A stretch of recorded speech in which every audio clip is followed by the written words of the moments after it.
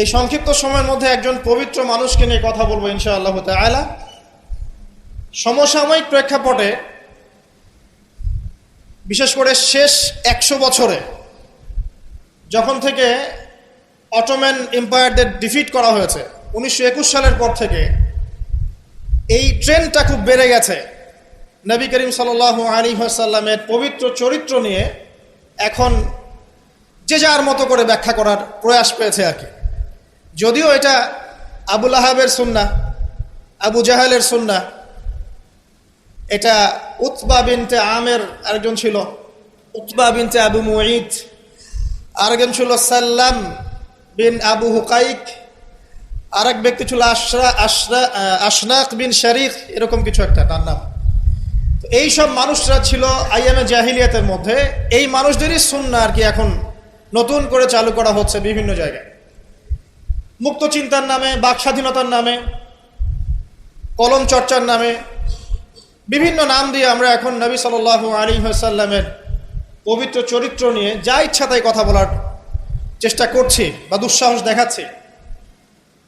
তাব্বাত ইয়াদা আবি লাহাবি ওয়া তাব কি জন্য নাজিল হয়েছিল?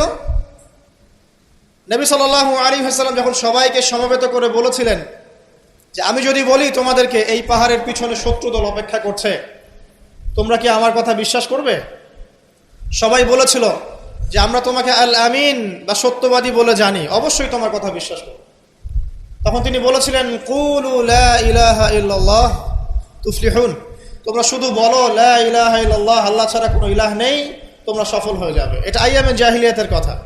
আবু লাহাব তালি দিয়েছিল, হাত দিয়ে তালি দিয়েছিল এবং ঢিল নিক্ষেপ করেছিল, নবী সাল্লাল্লাহু আলাইহি ওয়াসাল্লামকে কষ্ট দিয়েছিল। আল্লাহ পাক সূরা নাজিল করেছেন তাব্বাত ইয়াদা আবি লাহাবি ওয়া তাব, ধ্বংস হোক আবু লাহাবের দুই হাত এবং সে নিজেও ধ্বংস হোক। কিয়ামত পর্যন্ত এই পৃথিবীতে যদি একটা মুসলিমও বেঁচে থাকে এবং সে যদি কোরআন পড়তে জানে, সে আবু লাহাবকে এই সূরা পড়ার মধ্য দিয়ে অভিশাপ দিবে ইনশাআল্লাহ তাআলা। এটা নবী সাল্লাল্লাহু আলাইহি ওয়াসাল্লামের শান, তার মর্যাদা।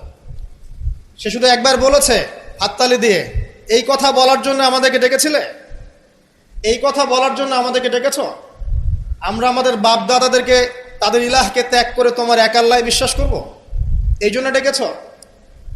ঢিল নিক্ষেপ করেছিল, গালি দিয়েছিল। তার আপন চাচা নবী সাল্লাল্লাহু আলাইহি ওয়াসাল্লামের আপন চাচা, আল্লাহ পাক আয়াত নাজিল করলেন আবু লাহাব ধ্বংস হোক এবং সে নিজেও। মা আগনা আনহু মালুহু ওয়া মা কাসাব, তার এই সম্পদ এবং সে যা অর্জন করেছে পৃথিবীতে, এগুলো কোনোই কাজে আসবে না। সায়াসলা নারান যাতা লাহাব, শীঘ্রই অচিরেই, সায়াসলা অচিরেই সে প্রবেশ করবে এমন আগুনে যে আগুন লাল অগ্নিশিখা নির্বাপিত করছে।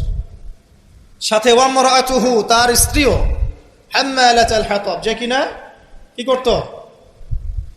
হাম্মালাতাল হাতাব, খড়কুটা বহন করত, নবী সাল্লাল্লাহু আলাইহি ওয়াসাল্লামের আঙিনায় ফেলতো।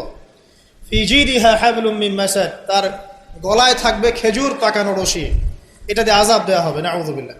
কিয়ামত পর্যন্ত যত মানুষ বেঁচে থাকবে মুসলিম, যারা কোরআন পড়বে, ছোট হোক বড় হোক, ধনী গরিব, সাদা কালো, যে কোনো জায়গার, যে কোনো জাতির, যে কোনো বর্ণের, যে কোনো রঙের, আবু লাহাবকে সে কিয়ামত পর্যন্ত গালি দিতে থাকবে। এটা আল্লাহ পাকের বিচার। আর পরকালে তো তার জন্য যন্ত্রণাদায়ক শাস্তি অপেক্ষা করছে।